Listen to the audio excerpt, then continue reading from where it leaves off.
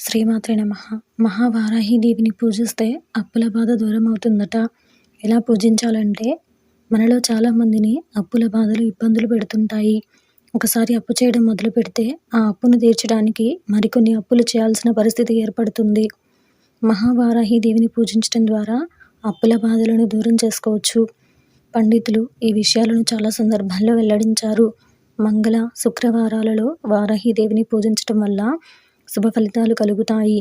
ఈ దేవతను పూజించడం వల్ల రుణబాధలు తొలగిపోవడంతో పాటు ఆయురారోగ్య ఐశ్వర్యాలు కలిగే అవకాశాలైతే ఉంటాయని చెప్పవచ్చు.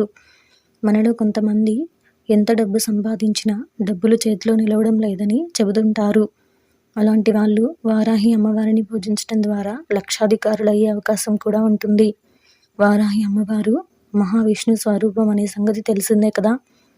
వారాహి అమ్మవారు ముందు నెయ్యి దీపం వేసి వెలిగించడం ద్వారా శుభ ఫలితాలను పొందే అవకాశాలు అయితే ఎక్కువగా ఉంటాయని చెప్పవచ్చు. వారాహి అమ్మవారిని పూజించడంతో పాటు ఆదిదేవుడైన వినాయకుడిని పూజించడం ద్వారా అనుకూల ఫలితాలు వస్తాయి. సంతానం లేని వాళ్ళు వినాయకుడిని పూజిస్తే సంతానం కలుగుతుంది. తోరణ గణేశుడిని పూజించడం ద్వారా అప్పుల బాధలు దూరం అవుతాయి. శివ ఆగమన శాస్త్రం ప్రకారం తోరణ వినాయకుడిని పూజించడం ద్వారా మన అప్పులు తీరే అవకాశాలు కూడా ఉంటాయి. వినాయకుడిని పూజించాలని భావించే వాళ్ళు మంగళ, శని, ఆదివారాలలో ఏదో ఒక రోజును ఎంచుకుని వరుసగా 6 వారాల పాటు పూజలు చేస్తే మంచి ఫలితాలను పొందే ఛాన్స్ అయితే ఉంటుంది. గణపతి మూల మంత్రాన్ని పఠించడం వల్ల మనశ్శాంతి లభిస్తుంది.